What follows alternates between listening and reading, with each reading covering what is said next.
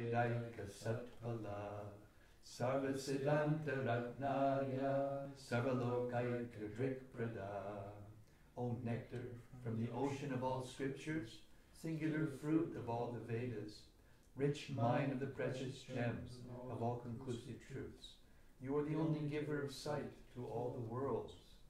Sarva Bhagavata Prana Srimad-Bhagavata Prabhu Kali Dvandvitaditya Shri Krishna Parivartita. O life air of the Supreme, all the Supreme Lord's devotees, O Master Srimad-Bhagavatam, you are the sun risen in the darkness of Kali. You are the exact image of Sri Krishna. Paramananda Pataya Prema Varshakshadayate Sarvada Sarvasevyaya Shri Krishnaya Namostume. I bow down to you, who are supremely blissful to read. Your every syllable pours down a flood of prema. You can always be served by everyone. You are Sri Krishna himself. Madhika Bandho Matsangin Madguro Man Mahadana Mannisadaga Madbhagya Madananda Namostute. My only friend, my constant companion, my spiritual master, my great wealth, my savior, my good fortune, my source of ecstasy, I bow down to you. Sadhu Sadhuta Dayan Adini Chujata Kada Hanamun Chagadachin Mam Premnarit Kantayospura. O bestower of saintliness to the unsaintly, O exalter to the most fallen, please never leave me. Always appear in my heart and my voice with pure love. Om Namo Bhagavate Vasudevaya. Om Namo Bhagavate Vasudevaya. Om Namo Bhagavate Vasudevaya. Om Namo Bhagavate Vasudevaya. Om Namo Bhagavate Vasudevaya. Om Namo Bhagavate Vasudevaya. So we're a few verses into the 87th chapter of the 10th canto, entitled Prayers by the Personified Vedas. Interestingly enough, we're up to text 14, where the personified Vedas are starting to offer their prayers to Lord Vishnu, just as he's waking up. So the Supreme Lord gets serenaded by the personified Vedas, and what are they serenading him with? His glories. So remember, the chapter started with Parikshit Maharaj asking the question, how is it possible that the supreme absolute truth, which is above the modes of nature, can be described by sound, by words, and by the mind, and the tongue, which are products of material nature? That's the whole gist of the question. And the gist of the answer was that God's a person. He's beyond all of them, and he can do whatever he wants. And he created it for that purpose.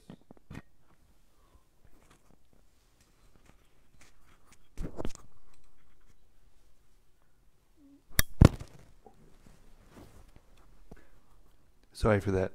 You probably could hear, but it may have been a little bit at a distance, because I didn't have I forgot to put my fault. I forgot to put I do it every single day until I forget. Don't get old. It's a mistake. It happens to everybody. Okay. Yeah, so then what did Parikshit say? Oh, I remember, or Shukadeva Swami, I remember there was this other conversation, and it had to do with Sanatan Goswami, or Sanandana Kumara, and he was talking in somewhere with some sages, and then he remembered, Janaloka, all the great sages, Bahunam Janmanamante, Gyanavan Mam Prapadyate, Vasudevak Sarvamiti, Samahatma Sudurlabha. These are the sages that try to understand for lifetimes and lifetimes and lifetimes and come finally come to the conclusion that Krishna is everything. There is nothing but Krishna. Samahatma Sabudurlabha. Such a great soul is very rare. So, and then what were they quoting? The personified Vedas, praying to Vishnu to wake him up. And here we are, 14th chapter, 14th verse, the 87th chapter. Are you ready? The Shrutis said, victory, victory to you, O unconquerable one. By your very nature, you are perfectly full in all opulences. Therefore, please defeat the eternal power of illusion, who assumes control over the modes of nature to create difficulties for conditioned souls. O you who awaken all the energies of the moving and non-moving embodied beings, sometimes the Vedas can recognize you as you sport with your material and spiritual potencies. Purport. According to Srila Jiva Goswami, the 28 verses of the prayers of the personified Vedas, texts 14 through 41, represent the opinions of each of the 28 major Shrutis. These chief Upanishads and other Shrutis concern themselves with various approaches to the absolute truth, and among them, those Shrutis are supreme who emphasize pure, unalloyed devotional service to the Supreme Personality of Godhead. The Upanishads direct our attention to the Personality of Godhead by first negating what is distinct from Him and then defining some of His important characteristics.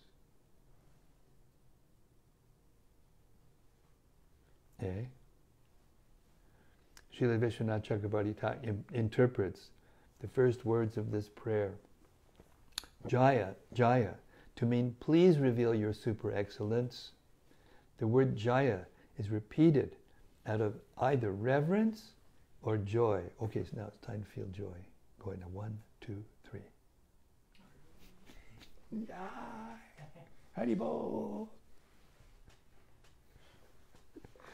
Srila Vishwanath Chakravarti interprets the first words of this prayer, Jaya, Jaya, to mean please reveal your super excellence. The word Jaya is repeated out of either reverence or joy. How should I reveal my excellence? The Lord might ask. The Shrutis answer by requesting Him to mercifully destroy the ignorance of all living beings and attract them to His lotus feet. The Lord says, but Maya, who imposes ignorance on the jivas, is full of good qualities. Gribita gunam. Why should I oppose her? Yes, the Vedas answer, but she has taken on the 3 modes of nature to bewilder the conditioned souls and make them falsely identify with their material bodies. Her modes of goodness, passion, and ignorance, moreover, are tainted, dosha gribita, because you are not manifest in their presence. The Shrutis go on to address the Lord as Ajita, implying that only you cannot be conquered by Maya, whereas others, like Brahma, are defeated by their own faults.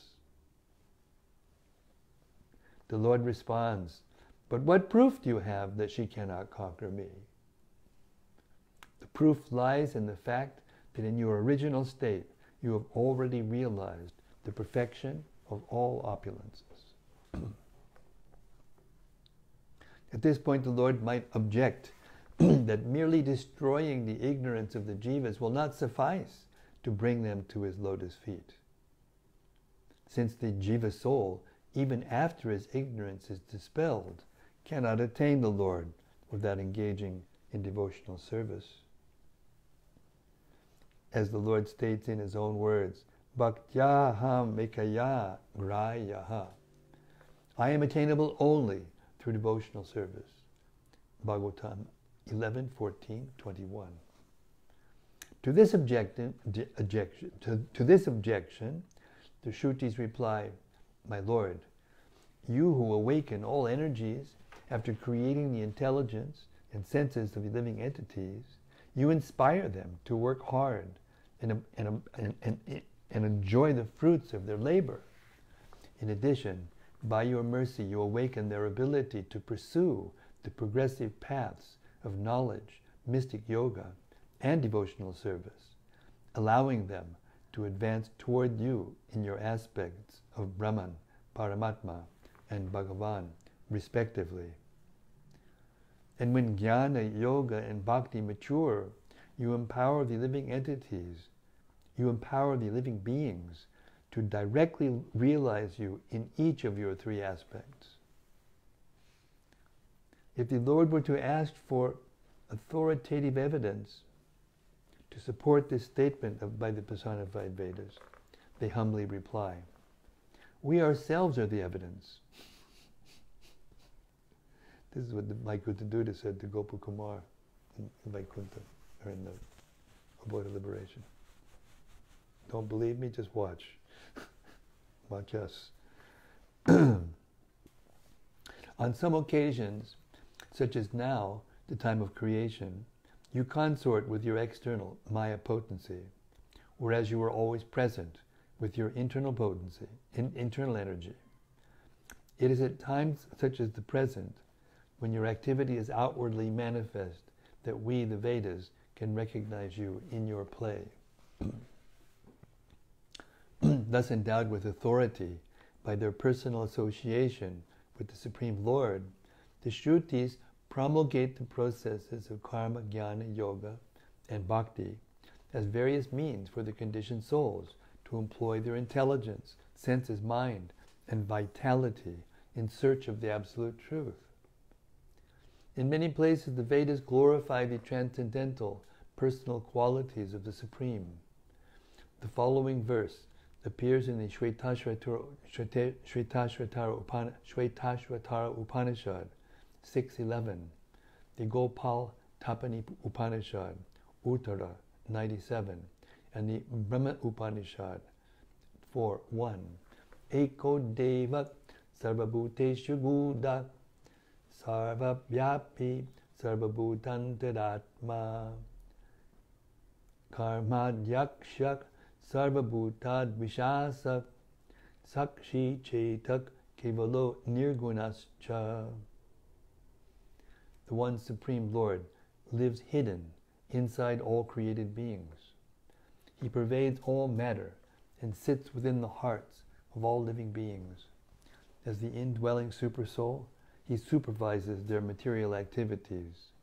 Thus, while having no material qualities himself, he is the unique witness and giver of consciousness. The Supreme's personal qualities are further described in the following quotations from the Upanishads. Yak sarvagya sa sarvabid yasya jnana mayam tapa. He who is all-knowing, from whom the potency of all knowledge comes, he is the wisest of all. Mundaka Upanishad 119. Sarvasya vashi sarvashishat sarvasya vashi sarvasya shayana. He is the Lord and controller of everyone. Brihat Aranyaka Upanishad 4:4-22. And yak pritibhyam tishtam pritibhya antadoyam pritibhina veda. He who resides within the earth and pervades it, whom the earth does not know. Brihat Aranyaka Upanishad 3:7-3. The Lord's role in creation is mentioned in many statements of the Shruti. The Brihad Aranyaka Upanishad 1-2-4 states, "So kamayata bahusyam." He desired, I will become many. The phrase, "So kamayata," he desired, here implies that the Lord's personality is eternal, For even prior to the creation, the Absolute Truth experienced desire, and desire is an attribute unique to persons. How sweet is that?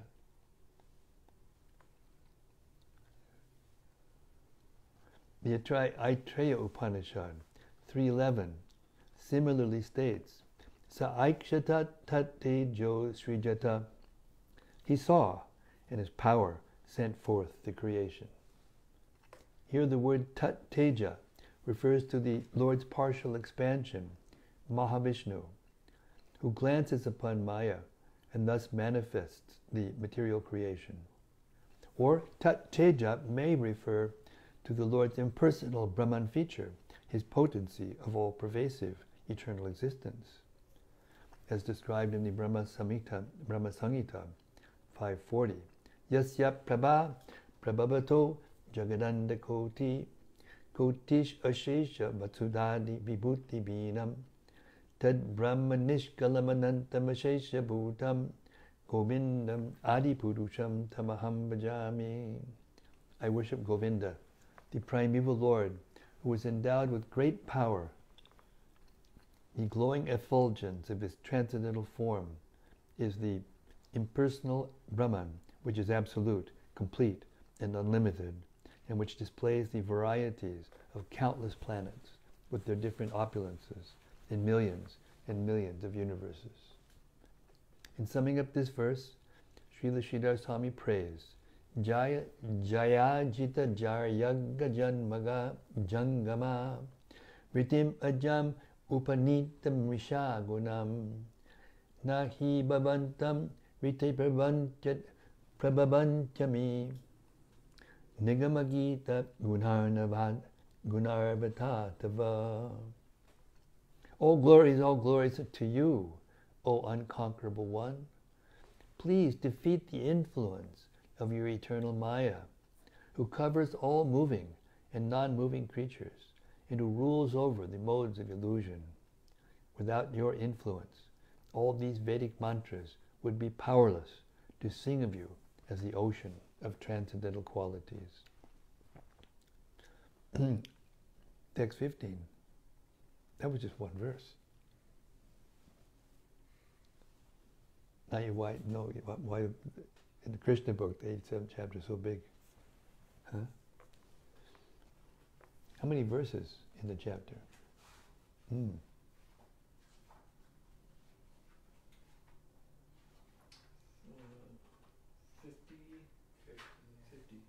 50 verses is all. That's not the longest chapter. Oh. This perceivable world is identified with the Supreme, because the Supreme Brahman is the ultimate foundation of all existence, remaining unchanged as all created things are generated from it and at last dissolved into it, just as clay remains unchanged by the products made from it and again merged with it. This is toward you alone that the Vedic sages direct all their thoughts, words, and acts. After all, how can the footsteps of man fail to touch the earth on which they live? I want to hear this again. This perceivable world is identified with the Supreme because the Supreme Brahman is the ultimate foundation of all existence, remaining unchanged as all created things are generated from it and at last dissolved into it, just as clay remains unchanged by the products made from it and again merged with it. Thus it is toward you alone that the Vedic sages direct all their thoughts, words, and acts. After all, how can the footsteps of men fail to touch the earth on which they live? Purport. There may be some doubt as to whether the Vedic mantras are unanimous when identifying the Supreme Personality of Godhead. After all, some mantras state, Indro yato visitisas Visitasya Raja. Indra is the king of all moving and non-moving beings. Rig Veda 132:15. While others say, Agnir Mudha Diva. Agni is the chief of the heavens. And yet other mantras point to different deities as the absolute. It would seem then that the Vedas present a polytheistic worldview. Answering this doubt, the Vedas themselves explain in this verse that there can be only one source of the universal creation, called Brahman or Brihat, the greatest, which is the singular truth underlying and pervading all existence. No finite deity like Indra or Agni can fulfill this unique role. Nor would the Shrutis be so ignorant as to propose such an idea. As indicated here by the word Twayi, Lord Vishnu alone is the absolute truth. Indra and other demigods may be glorified in various ways, but they possess only those powers Lord Vishnu, Sri Vishnu, has granted them. The Vedic sages understand that this entire world, including Indra, Agni, and everything else perceivable by the eyes, ears, and other senses, is identical with the one supreme truth, the personality of Godhead, who is called Brihat, the greatest, because he is Abhashesha, the ultimate substance that remains. From the Lord, everything expands at creation, and into him, everything dissolves at annihilation. He exists before and after the material manifestation as the constant basis, known to philosophers as the ingredient cause, upadana. Despite the fact that countless manifestations emanate from him, the Supreme Lord exists eternally unchanged, an idea the Shrutis specifically emphasize here with the word avikritat. The words mridiba, as in the case of clay, allude to a famous analogy spoken by Uddalaka to his son Shwetaketu in the Chandogya Upanishad 6.4.1. Vacharambanam bikaro nama deyam mitiket jeva satyam. The objects of the material world exist merely as names, transformations defined by language, whereas the ingredient cause, like the clay from which pots are made, is the actual reality. A mass of clay is the ingredient cause of various pots, statues, and so on, but the clay itself remains in its essence unchanged. Eventually the pots and other objects will be destroyed and returned to the clay from which they came. Similarly, the Supreme Lord is the total material cause, yet he remains eternally untouched by transformation. This is the purport of the statement, Sarvam Kalvidam Brahma. Everything is Brahman. Chandogya Upanishad 3.14.1. Wondering at this mystery, the great devotee Gajendra prayed, Namo Namaste Kilakaranaya Nishkaranaya Bhutakaranaya. Obeisances again and again to you, the source of all creation. You are the inconceivable cause of all causes, and of you there is no other cause. Bhagavatam 8.3.15. Prakriti, material nature, is often considered the ingredient cause of creation. In Western science, as well as in the Vedas. Prakriti, material nature, is often considered the ingredient cause of creation in Western science as well as in the Vedas. This does not contradict the higher fact of the Supreme Lord's being the final cause, since Prakriti is his energy and is herself subject to change. In Srimad-Bhagavatam 11.24.19, the Lord Krishna says, Prakritir yasyo padanam aharak purushak paraha sato bibyanjakak kalo brahmatat tritiyam tvaham. The material universe is real, having Prakriti as its original ingredient and final state. Lord Mahavishnu is the resting place of nature, which becomes manifest by the power of time. Thus nature, the Almighty Vishnu, and time are not different from me, the Supreme Absolute Truth. Prakriti, however, undergoes transformation, while her Lord, the Supreme Purusha, does not. Prakriti is the personality of Godhead's external energy, but he has another energy, his internal energy, which is Sarupa Bhuta, non-different from his very essence. The Lord's internal energy, like himself, is never subject to material change. Therefore, the mantras of the Vedas, along with the rishis who have received these mantras in meditation and transmitted them for the benefit of mankind, direct their attention primarily toward the personality of Godhead. The Vedic sages direct the activities of their mind and words, that is to say, the inner as well as the literal meaning, abhidha vritti, of their utterances, first of all toward him, and only secondarily toward separated transformations of Prakriti, such as Indra and other demigods.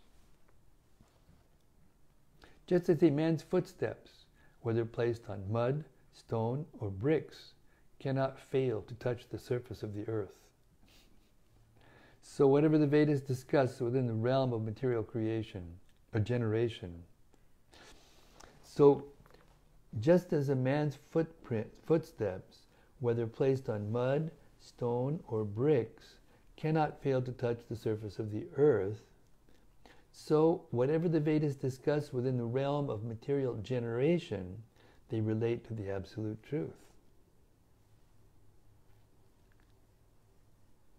This is philosophy, gentlemen. This is philosophy. And this is the way out. I was reminding of that purport. I did the 13th chapter, then my chant was 13th chapter. And those verses that describe what knowledge is, and Prabhupada immediately says, don't think that these things are a part of the actions and reactions of material nature. These are the means for getting out of them.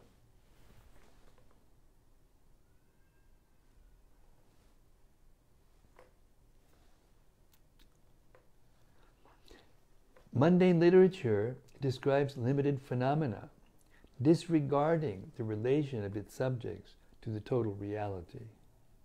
But the Vedas always focus their perfect vision on the Supreme. As the Chandogya Upanishad affirms in its statements, Mriti Ketyeva Satyam and Sarvam Kalvidam Brahma. Reality is understood properly when everything is seen to be dependent on Brahman, the Absolute, for its existence. Brahman alone is real, not because nothing we see in this world is real, but because Brahman is the absolute final cause of everything. Thus the word Satyam, as used in the phrase Mritiketyeva Satyam, has been defined in another context as ingredient cause, by no less an authority than Lord Krishna himself. Yad upadaya purvastu bhavo bi kurute param adir anto yadayasya satya tat satyam abhidiyati. Notice the language is very simple. Krishna can speak so many things. These other verses have so many words and alliterations and things. Yat upadaya purvastu bhavo vikurute param adir anto yadayasya tat satyam abhidiyate. What does the Chaitanya Charitamrita say? Essential truth, spoken concisely, is true eloquence. Correct. A material object, this is Krishna speaking, that same verse up there. A material object,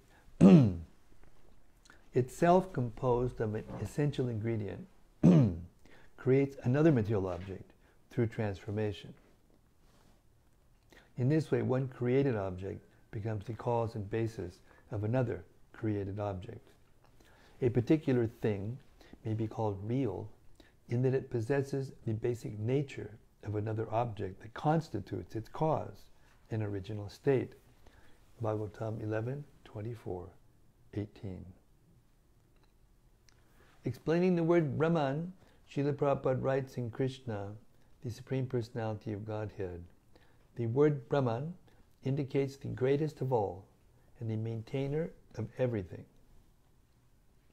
The impersonalists are attracted by the greatness of the sky, but because of their poor fund of knowledge, they are not attracted by the greatness of Krishna. In our practical life, however, we are attracted by the greatness of a person and not by the greatness of a big mountain. Thus, the term Brahman actually applies to Krishna only. Therefore, in the Bhagavad Gita, Arjuna concluded that Lord Krishna is the Par-Brahman, or the supreme resting place of everything.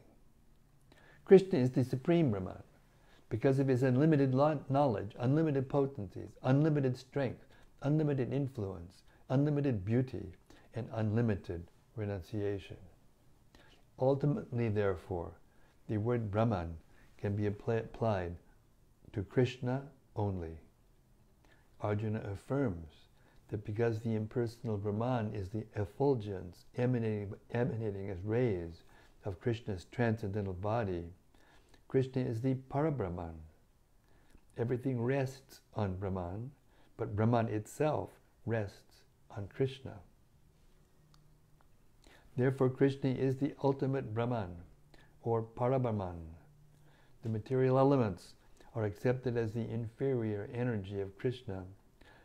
By their interaction, the cosmic manifestation takes place, rests on Krishna, and after dissolution, enters the body of Krishna as his subtle energy. Krishna is therefore the cause of both manifestation and dissolution. In summary, Srila Sridhar Swami prays, Druhina Vani Ravindra Mukhamara Jagat Idamna Bhavet Pritag Utitam Bahumukhar Apimantraganaista Jas Twam Uramurtir Atubinigadyase. The demigods, headed by Shiva, Agni, Surya, and Indra, and indeed all beings in the universe, do not come into existence independently of you. The mantras of the Vedas, though they speak from various viewpoints, all speak about you, the unborn Lord, appearing in numerous forms. Text 16.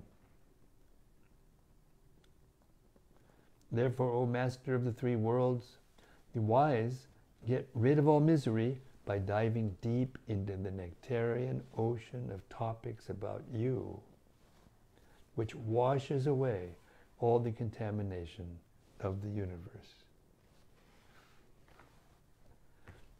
Then what to speak of those who, having by spiritual strength rid their minds of bad habits and free themselves from time, are able to worship your true nature, O Supreme One, finding within it uninterrupted bliss. Purport. According to Srila Jiva Goswami, in the previous verse, those Shrutis whose presentation of the Supreme Truth may seem impersonal clarified their true purpose. Now, in the present verse, those who focus exclusively on the Divine Personality of Godhead, who speak of His transcendental pastimes, take their turn in praising Him. Because all the Vedas declare the supremacy of the personality of Godhead, as the cause of all causes, discriminating persons should take to his worship. By diving into the ocean of his glories, intelligent devotees help dispel the distress of all souls and loosen their own burning attachment to materialistic life. These advancing devotees gradually give up all material attachment and lose any interest that they once had in the troublesome austerities of karma, jnana, and yoga. Beyond these devotees are the suris, connoisseurs of spiritual truth, who honor the nectarian ocean of the Supreme Lord's glories by immersing themselves fully within it. These mature devotees of the Supreme Lord achieve unimaginable perfection. The Lord, reciprocating their sincere endeavors, empowers them to realize Him in His personal form. Remembering with rapture the Lord's intimate pastimes and entourage, they are automatically freed from the last subtle traces of mental contamination and from the sensitivity to the unavoidable pains of disease and old age. Can I read that last sentence? Would it be okay? Sorry? Remembering the rapture, the Lord's intimate pastimes and entourage. Remembering with rapture. See, with one word left, not spoken properly, it changes everything. Remembering with rapture the Lord's intimate pastimes and entourage, they are automatically freed from the last subtle traces of mental contamination and from sensitivity to the unavoidable pains of disease and old age.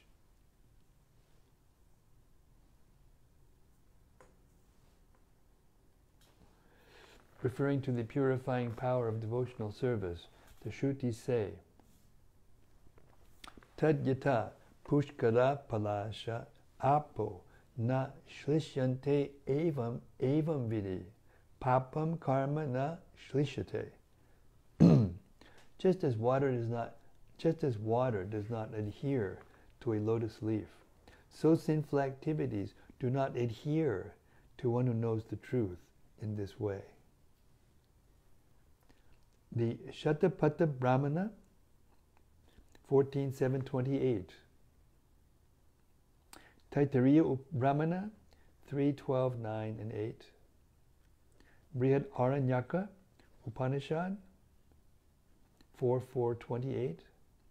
And Baudhayana Dharma Shastra, 2.6.11.30. All concur. Na karmana lipyate papakena. One thus avoids becoming tainted by sinful activity.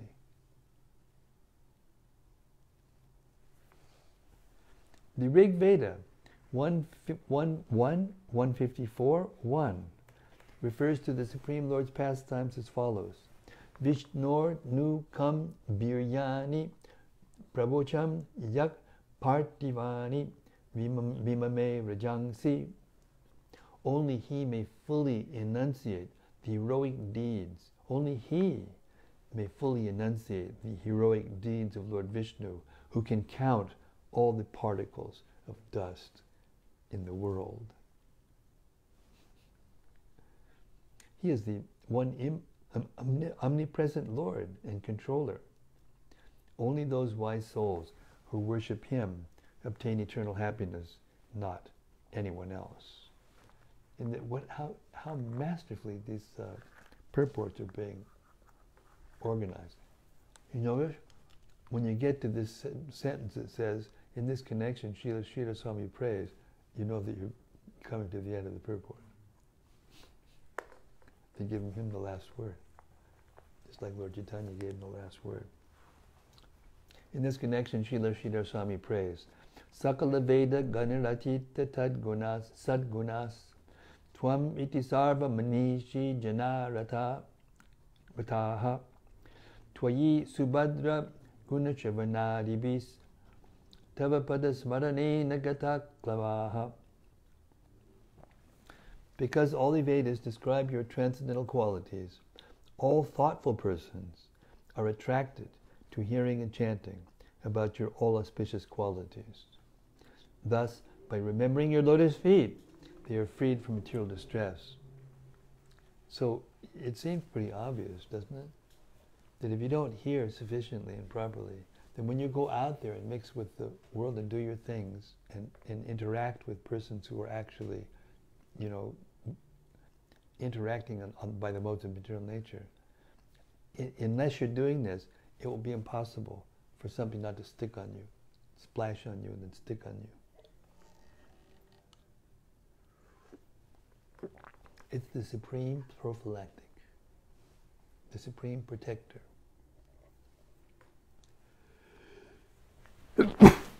And therefore I would like to glorify,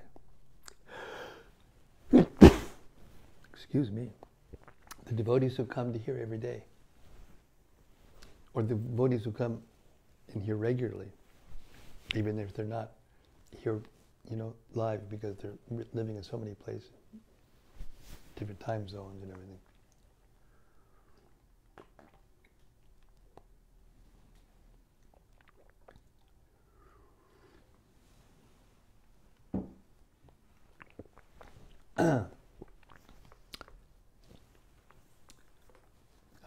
What verse will we start on? 14, 15, 16, 4 verses. Actually, we haven't done 17 yet. Oh, 3 verses. Thank you. 3 verses.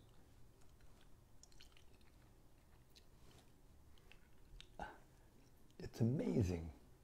It's just amazing what these just 3 verses can say. And even if we can't remember the details and the intricate, connections and progressions of thought and how it all comes to one thing, just keep hearing. I'm going to be saying that for the rest of this chapter, because that's what this very much applies to this chapter. Just keep hearing, and you'll get the essence of it. And that's enough. Just that even is enough to protect us from the influence of the material energy and not be changed by it. That's what the essence of this, what we've heard so far. Krishna doesn't change. So if you are with him and intimately associating with him, then you won't change either. Namam karmini limpanti, nami karma palespiha, iti mam yo bijanati, karma bir nasabajute. Krishna says, I don't have anything, namam karmini, I don't have anything to do. Nami public, I'm not interested in the fruits. And one who understands this about me, he doesn't become karma bidjate, he doesn't become entangled by the karma, by the material nature either. It's right there in the Gita. Okay, it's 5:30. I'm going to stop here, even though we started a little bit late, but I want everyone to go to Maharaja's Vyasa Puja. And I talked to him, and I talked to they know I'm not going to be going because of my health and my, situation. So with that, we're going to open up the open mic program, the open mic section of our program.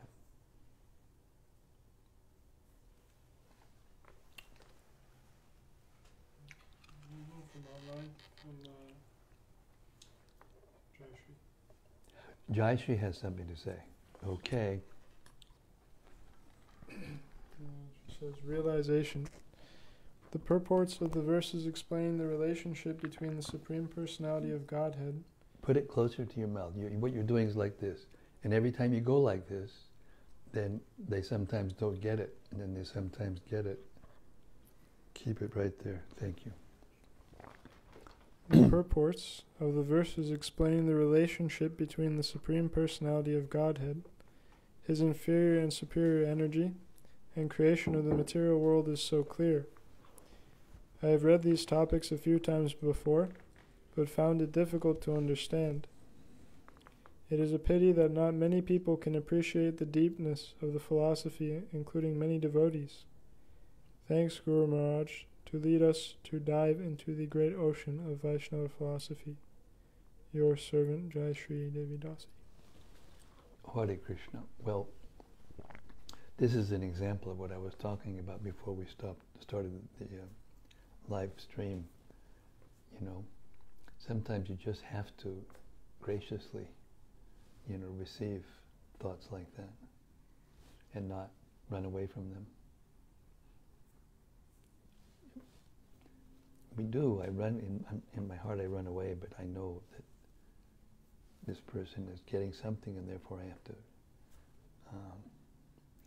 have to be grateful to Krishna for having spoken something that a person would say something like that. You know who also says that is Shobha. She could never read the books until she came and started going to this reading. And now she has a taste for hearing the books. So all I can do is give the credit to Prabhupada, because he's and my godbrothers who wrote these purports. I'll take some credit that I've learned by a long, arduous and intense experience of practice, how to read even complex sentences and some complex thoughts in a way that makes it easier to get. I'll take that much credit. But what I'm reading is not going to be, what the persons who wrote this, I can't even imagine. So I think we should give the glory where the glory is due to Gopi Puranadana Prabhu and Dravida, particularly in this section of the Bhagavatam. They were the ones who did this.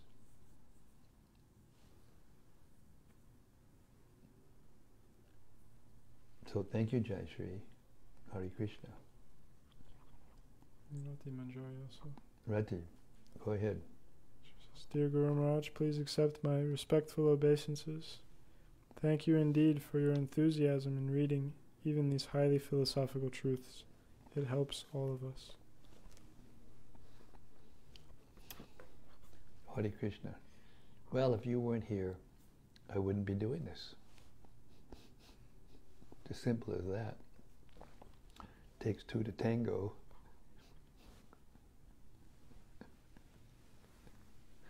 Hare Krishna. Prana was going to say something. Zaga's going to say something.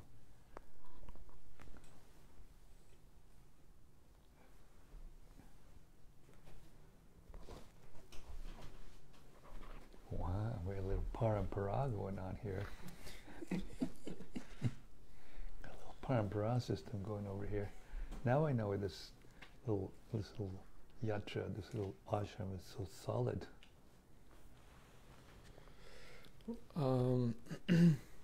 Well, I like that second verse that we read today.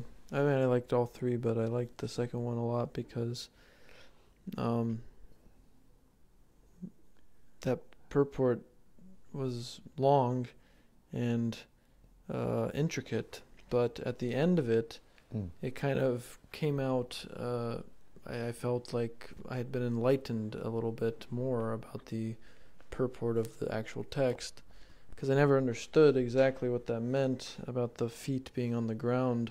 How do they fail to touch the earth? And if my understanding's correct, I was just relating it to something I've already read in the Bhagavad Gita in the 7th chapter. How Krishna says, they're worshipping the demigods, but actually it's me that's giving the results, and I'm giving them the faith, I'm giving them the result. I'm behind all this material manifestation. So even though they're worshipping the demigods, I think that's in the 9th chapter rather, they are actually worshipping only me, but they do so in a wrong way. Yeah. So this relationship to Krishna, or I guess I should say the consciousness of everything's relationship to Krishna, is Krishna consciousness. And I love that point, because it definitely takes away that that fear of that there's some, like dreadful thing around the corner, something waiting to get me, I fall down or some sort of thing. But it's actually Krishna's here too, and I just have to remember him. And that's the whole point. Prabhupada said that Krishna is all pervasive, so is Maya all pervasive. So we just have to choose Krishna. We choose Krishna, then Maya goes away. Just like the sun is there and the shade is there. It's always there. You can choose to be in the sun or in the shade. And that the part of that section I liked was the actual analogy itself. Whether you walk on bricks or stone or mud, you can't help but be walking on the earth. I mean, it's so simple and so clear and so, That's why I like appreciating the Gita so much, because Krishna just says things in such simple, clear way, And Prabhupada's purports. These purports are so wonderful, making such deep philosophical thoughts and intricate, thought patterns, kind of come to the focus of what it actually meant. Yeah, it was really relishable. Brilliant, such brilliant writing and brilliant. Wow. Hare Krishna Maharaj. Hare Krishna Bhakta, Doug. Yeah, it is all quite amazing. And one thing that really stuck out to me was talking about how the transformations of, I guess, clay into its various products. One part of that purport, it said that an object or a thing can be considered real only, or when it has like the same basic nature as that which is its cause. And it made me think of with the explanation of our position as souls, parts and parcels of Krishna. How if you can understand this in that way, you really can see that we have actually the same quality. And when we actually dive really into hearing about Krishna's qualities, we're actually learning more about ourselves as well. Yeah, actually Prabhupada said that if you want to understand God, first understand yourself. Because if you understand yourself and what your potencies actually are, and then understand that they came from someone who was supremely like that, who has all of the stock, with himself, or all the, as I always say that the information content, of everybody and everything contained within himself. And then you can understand that we can understand. That's why that verse, that one statement was, somebody can understand God who can actually count all the dust particles in the world, in the universe. Okay. That puts me about 50 million light years away from being able to understand this, or more. Never.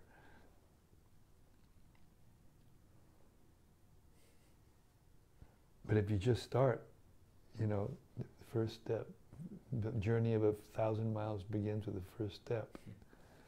If you just step by step try to understand, that's why the Gita is organized the way it is. First of all, analyzing what the soul is, what are the qualities of soul, how it relates, in so many things, and then gradually how it acts in different modes and different, purposes, and then finally comes to Krishna.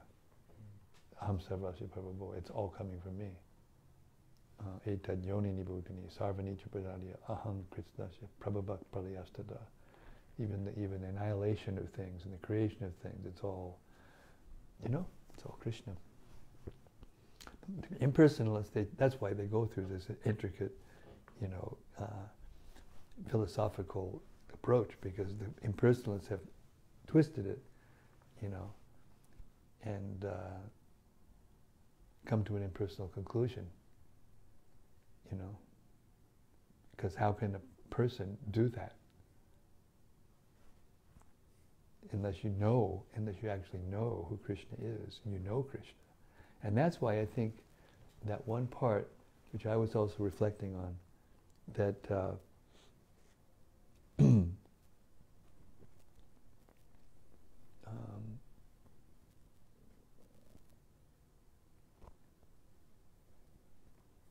yeah, unless one understands that all the changeable things that are always changing, there's an energy behind it, there's a force behind it that's causing it to move. And Prabhupada, in one purport in the second canto, he analyzes the position of the soul and how the soul from here can, with the use of intelligence, come to the conclusion that he isn't the body and that there must be a Supreme Soul, because, you know, all the things are happening, going on, and I don't have anything to do with it. I don't have anything to do with how everything's moving in my body and all the secretions are going when I eat, and then it goes all to the right places. You know, there's certain parts of nourishment that only part of it only goes to one part of the eye or one, you know.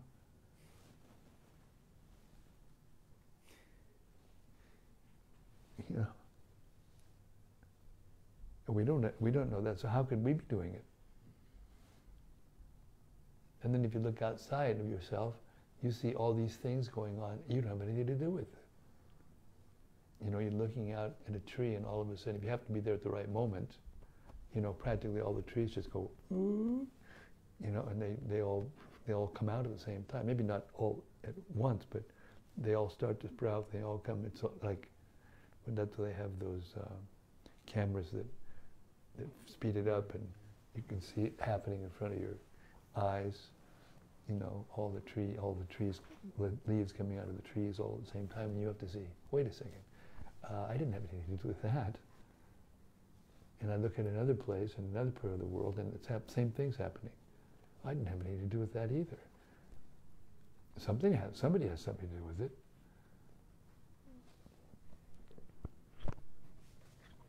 Yes, Prana. One time on book distribution, I met a gentleman, or so-called gentleman. He was kind of like this neo-Mayavadi sort of philosopher. And he was telling me that basically the only real thing is his perspective. Like his conscious viewpoint is the only reality that exists. And I was telling him, well, you know, you don't think there's a war going on? What about mine? You don't think that, you know, there's things going on? He said, well, the only existence those have is what I perceive of them. So at this moment, they, you know, it's only hearsay. And he was Mayavad. He was really saying, you know, he is the only truth, you know, yes. His perception of it. And you are too, don't you know that? Wouldn't that be nice to know? That's the way they try to recruit.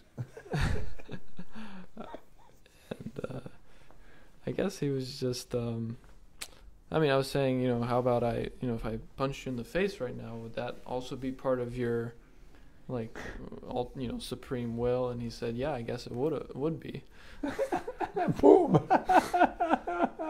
And I walked away from that a little upset, but just thinking how selfish and how self-centered that is. It's like there's really no. It's kind of like a veneer of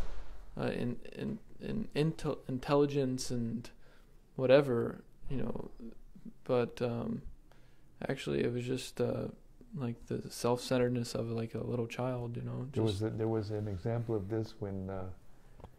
One time in Vrindavan, when the devotees first went to Vrindavan, and you know, Vrindavan's different because there's no central heating, and you know, it feels like you just push a button, and you know, we don't know every just right. Just okay, you're driving a car and it's not going. Turn up the window, down the window, turn up the heat, up the air conditioner, down the air conditioner, get it just right, you know. But in India, it's not like that in most places anyway, practically everywhere. And so in Vrindavan, there was this one Mayavadi. He was giving this lecture, and he was going on and on about it. It's all one, and then he took out. He's wearing this really nice blanket, and it was cold outside. It was winter, very cold, and he was wearing this very nice chadar. And he picked out a pluck of the hair of the chadar, and he said, "You see, this hair is not different than the chadar."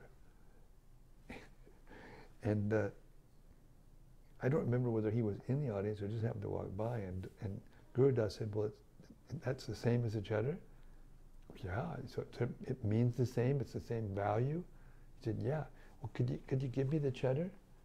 If it doesn't mean anything more to you than the thread, then you keep the thread and give me the chadar."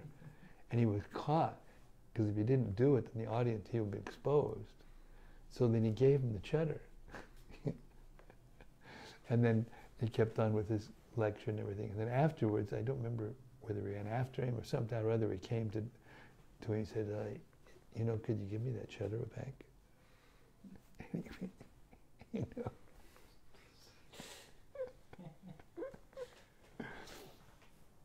It's, I had a friend who was in Mayavadi. He used to go on some hilltop of San Francisco and look at the sun coming up. And this guy was so nuts that he would look there and he would meditate on the sun coming up, and he would look at me and go like that. "See? I did it. I am God. I just meditated and the sun came up and it came up." I looked at him and I said, that same person went when I went to see Prabhupada for the first time.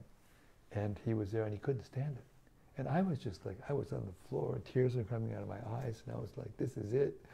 And I looked at him, "Clint," and he wasn't even there. He was like, you can tell he wasn't even there. Couldn't even touch it. That's what, when I hear these things, I remember things like that I used to come in contact with. And that now I can understand what it was, but then I couldn't grasp it all.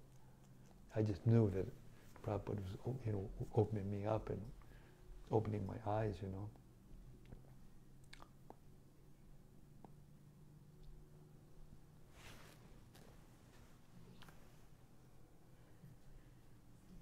We're reading the 87th chapter, and we just read 3 verses, and it took the whole hour, because the purports were so beautiful, and we're just discussing it. Hare Krishna, Hare Krishna. This is the medicine. This is the medicine. We just heard how, when you walk, you can walk on the mud, or you can walk on the bricks, or you can walk on the ground, but you cannot help from walk on the earth, because that's all earth.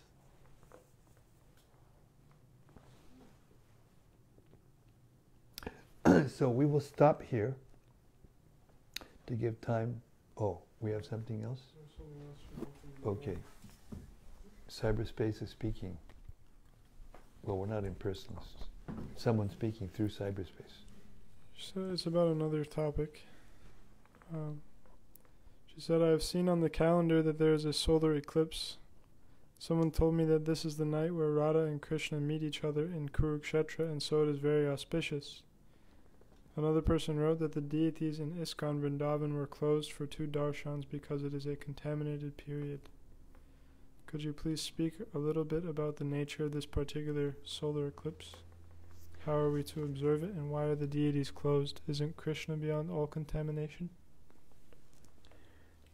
Yes, Krishna is beyond all contamination, but we, just like when a cloud comes over the sun, then we can't see the sun, and Krishna created the cloud, and then we can't see the sun, but it doesn't mean that Krishna's not there. So, Ekadasi is another day that's supposed to be inauspicious, and therefore we do special things to keep ourselves. But Prabhupada had a different way of looking at it, and he said, no, it's most auspicious, because just by it being what it is, it gets all the devotees to hear and chant more. So therefore, Prabhupada said it becomes all auspicious. So it's the same thing with the solar eclipse. Why else would all of the, great persons went to Kurukshetra? to do the sacrifice.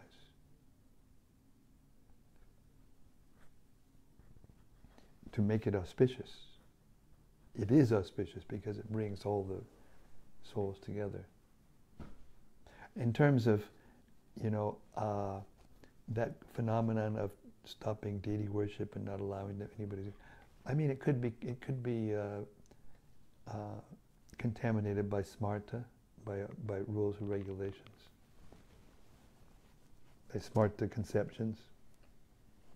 Even when Sanatana Goswami finished the Hari Bhakti Vilas, Prabhupada says in one purport, and we just read it recently, that some of the things are tinged by the smarta conception, because that's what people can hear, what they need to hear, some people. Therefore it's there. But it's not that every single verse in that particular scripture is for us, becoming pure devotees of Krishna. So similarly, those kinds of smarta conceptions, they may be true in a general sense, just like Arjuna, he's explained the yoga system, the Ashtanga yoga system, and then he says, no, I can't do that. It's too much. That's for Brahmins, I'm a Kshatriya, I'm a warrior.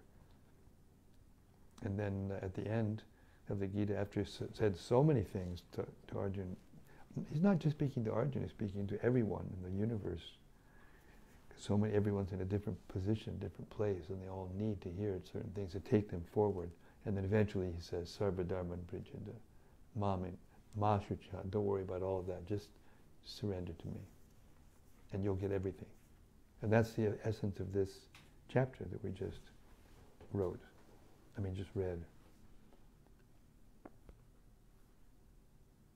And I guess there may be some things that you can't understand immediately, that you have to hear and hear and hear and hear, especially these sections.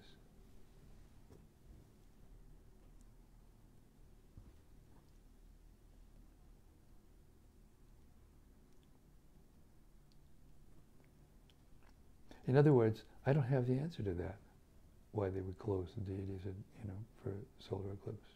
I don't have the answer to that. I don't stop chanting Hare Krishna. Should I stop chanting Hare Krishna because a solar eclipse is going on? Is the holy name Krishna?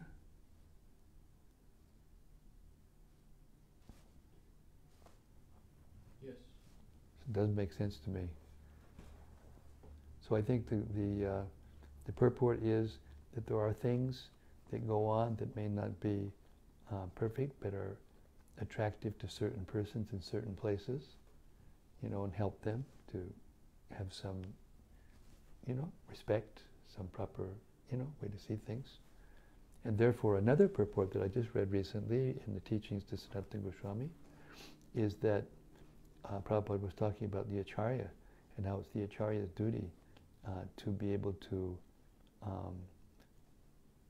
enlighten everyone everywhere, and he may give certain instructions or certain ways of doing things in one country that may not fit in another country. He doesn't try to make it the same for everyone. That's his empowerment. Krishna empowers him to do that. So when Prabhupada came and saw, what was going here in the West, he adjusted, and therefore Krishna spread from here all over the world. It's so ironic that in India they had all the answers, and yet they wouldn't come to the West, because why? If you go over the ocean and associate with the Mlechas, then you'll fall down. Could be something like that. I don't know. I can't imagine it personally. All I know is if I just keep hearing the Bhagavatam every single day, whatever it is that's out there, it will be adjusted eventually, and I'll understand it properly, and I won't get affected by Maya, in illusion. But right now I have an appointment with my doctor, and she's sitting right here in the room, and I'm be disrespectful if I don't. Her time is very valuable. So I'm going to stop now. Thank you very much, all of you, for coming to hear the Bhagavatam together. And all glories to the personified Vedas, whose prayers are the glorification of Lord Vishnu, and the sound that Lord Vishnu wakes up to, even though he never sleeps. Hare Krishna, all glories to the personified Vedas. Srimad Bhagavatam ki jai. Gaur Premanandi Hari Hari Bo. See you tomorrow night. It's tomorrow Friday at 6 o'clock Central Time in USA. Same place at the live studios here in Radha Lane. Hare Krishna. Thank you very much. See you tomorrow.